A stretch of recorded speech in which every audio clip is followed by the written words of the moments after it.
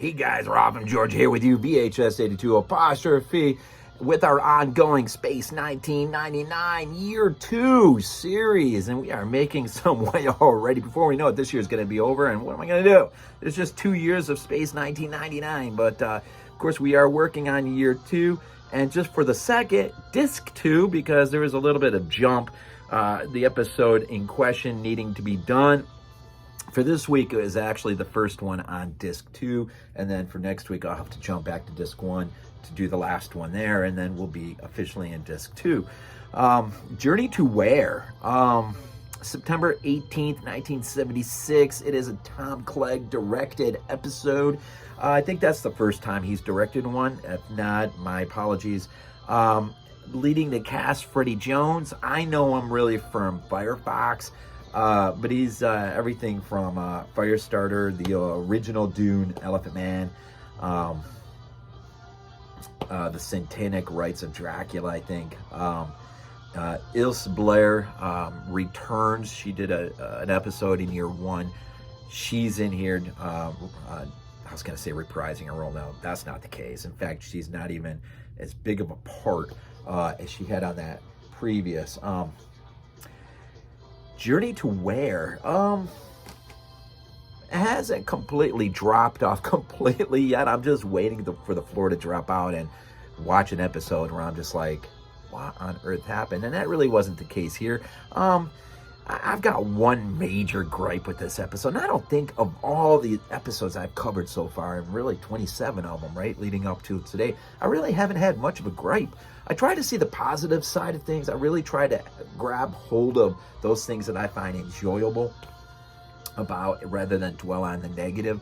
But there is something in question on this particular one that really did initially surprise me, and then it just sort of put me off a little bit. We'll get to that momentarily here. But the basic idea here, the basic synopsis is, of course, our wandering moon continues onward, but their daily life is interrupted by a message from all places, Earth.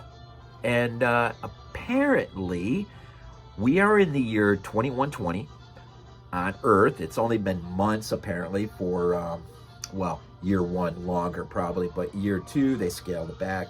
So we're really only talking about the Moonbase Alpha being a few months into this, but Earth progressively has moved off into the future. So they're currently, at the time of this episode, at 2120, if you were wondering. And things have progressed in a unique way, and they receive a message from Space Station 1, Texas City. And we find out there's a number of cities across the planet, but it's not the same Earth, but for not reasons that you would just assume. Basically what happens is here, they receive the message, and apparently they have developed this neutrino-type technology, the use of neutrinos, which are, the basic way to explain is they're like tiny, nearly massless particles that travel at near light speeds, naturally created, stars explode, blah, blah, blah. I'm not really that knowledgeable on some of this stuff. Interesting, though, but this show in 1976 grabs hold of this idea and utilizes it. Now, to move forward, just step back a little bit, I looked this up and looked to see if in science, if there weren't practical uses for neutrino, this sort of technology, or neutrinos. And there's a couple things real quick. It is by utilizing these particles, you can, it is a way to monitor nuclear proliferation. I'm not sure exactly how that works.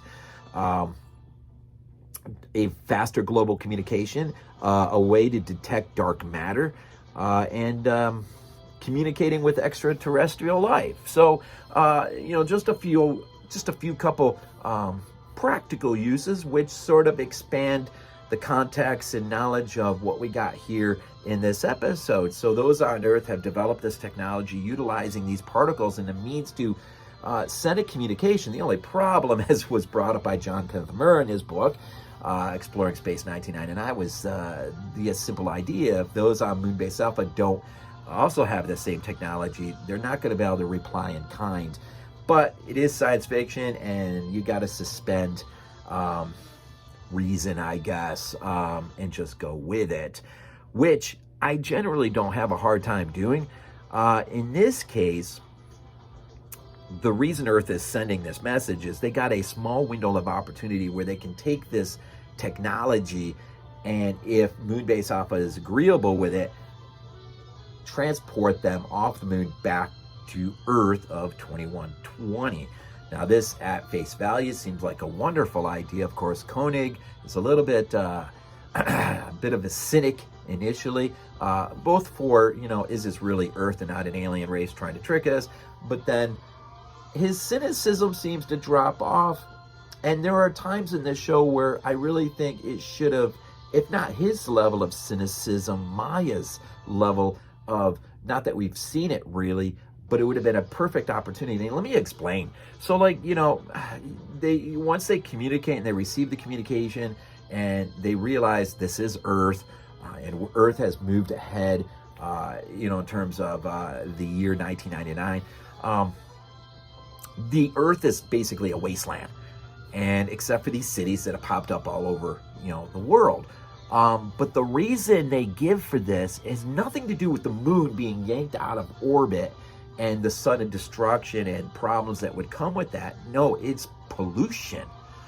And that really is it. That's sort of, it's said to Koenig, by Dr. Charles Logan, pollution, in the 21st century, whatever, has just got out of control, and it's basically made our planet very hard to inhabit, and so we've had to build these climate-controlled cities.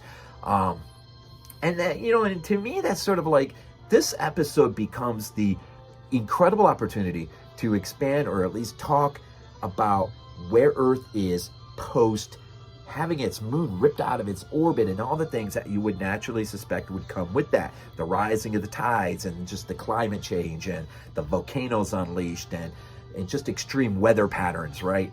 And you would expect the Earth would just go through convulsions, and that would create a traumatizing, period of time for the inhabitants, in whether they survive or not. And so when, after doing a practice, and now they've got a limited time to do this, sort of bring Moonbase Dolphins back, because there is going to be a sort of like a galaxy eclipse that is going to cut communication off for like 100 years.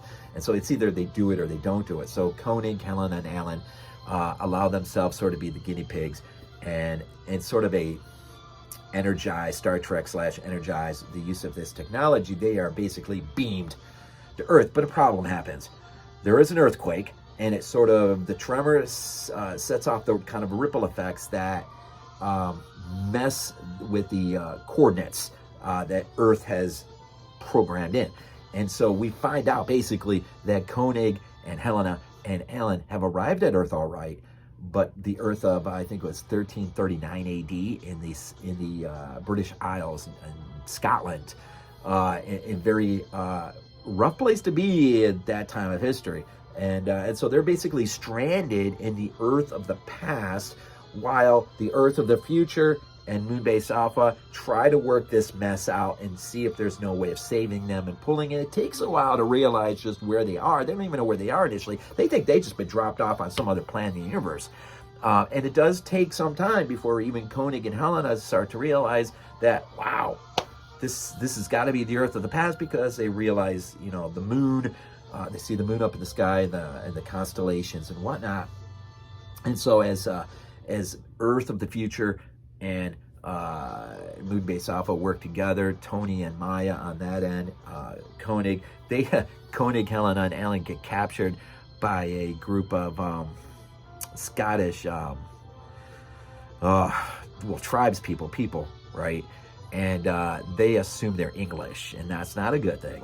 And so, but Helena becomes really sick. She's hit with sort of like a viral pneumonia, and they're able to figure out, Koenig and Alan are able to figure out, well, Helena, that there is a ready-made antidote there on Earth in the form of a fungus and from some kind of plant or something like that.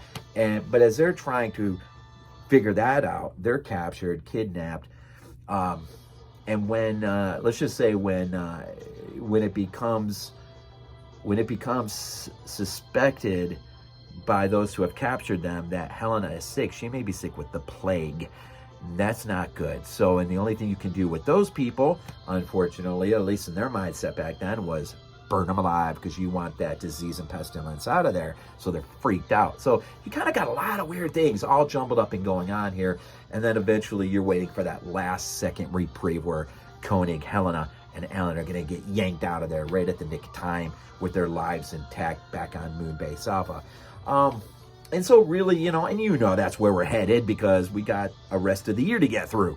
And so the disappointing thing for me is there's Dr. Charles Logan makes this point that when Koenig initially, before they're transported, and they want to send a test package through to just make sure, everything's going to work out fine. Dr. Charles Logan makes this comment to those around him in his room there on Earth, that they've only got a limited amount of time to doctrinate those on Moon Base Alpha. Now that comment, not sure exactly how it's supposed to be taken, but it does offer up a unique question as to what kind of civilization do we have on Earth? The Earth is but a wasteland. You got these cities. You would imagine it's some sort of totalitarian control. You have to control your populations at that point if you want to live in some sort of Brave New World-ish, I would imagine, kind of deal rather than 1984. But there's this question of what kind of society is the Earth of 2120, and that never gets explored at all. And you would think, Maya, I thought when I was rewatching this, I was thinking there was a scene when Maya and Tony were talking, and Tony's all excited about the chance that maybe he'll get to go back. And there's a moment where Maya has this sort of suspect look on her face, and I'm thinking, what a wonderful opportunity if she could have just been the catalyst for, wait a minute, what kind of Earth are we talking about here? Because your moon was pulled out of orbit, as you've told me, I would assume, and it probably sent that world reeling. What are we dealing with here? But no one ever ventures into those discussions, or the type of discussions that maybe you could have had in year one if this episode is made in year one. Instead of it ends up becoming kind of a time travel episode, more, of course, action-packed suspense. Are they going to get out of there? And nothing really left to some of the questions I want answered. Like, why is this a matter of pollution that has done this to the Earth? Why is this not a conversation about what? Now, perfect thing. The moon gets ripped out of the orbit. Chaos ensues, and as a result, pollution is unleashed on a scale that it would have never been, because there's no technological restraint on it. See what I'm saying? That would have worked fine. That would have been, okay, I get it now. But the fact that they just say pollution, it almost kind of, forget that the Earth was pulled out of the orbit. Man is really terrible as a technological beast of sorts. And so he has just basically destroyed this place on his own. And so here we are. And that to me is a little unfortunate. I don't mind movies that take that bent if they do it intelligently enough. But in this case, it was a terrible terrible loss of an opportunity to really get into what has happened on this planet since the moon is gone. By the time we get to the end of it, Helena makes the bit of a philosophical reflective point, I guess, in that, referring to the Earth's past of the past, not just of recent, but, is there really even a need? She mentions, is there really even a need to go back? Can we just maybe drop this, forget this? And, and that's sort of left there for the viewer to think about, and maybe as a means of us being able to accept the fact that this moon is going to be wandering in space for another almost 21 episodes. I mean, so a bit of a comment for me. I really haven't done that much with these episodes, but this one seemed to kind of get under my skin a little bit, just because I think it was just missed opportunity of sorts for Tom Clegg and the producers. And of course, this isn't Freiberger's. This is not what he's looking for, anyways. So, anyways, I think that's all I'll say. It was fine. It was a fine episode once I got past that stuff. And we'll see what the next one holds in store. This is, I'm doing this Sunday, so we got the national championship being played Monday night. Looking forward to my dogs getting out there on the field again for the last time this year. And then, of course, I think the Bills are playing right now. And there's an opportunity for them to, to do some maybe good things in the playoffs. We'll see. And the safety, is it a safety? DeMar Hamlin, that was severely injured. Well, could have died. Seems to be doing okay. Better. We'll say better. Cautiously, optimistically better. I'll pick my words right. It seems though he's coming back to us. Maybe not to football, but at least to life in general. And that is a huge, seemingly answer to prayer. So we do continue to pray for him and his family. And just scary to see that happen on the football field. I don't care who you are, what team you play for. It's just, that is scary. Anyways, so we got Space 1999. We got 20-some episodes left, and then we'll have to figure out what to do at that point. Anyways, we always end these things off with Go Bills.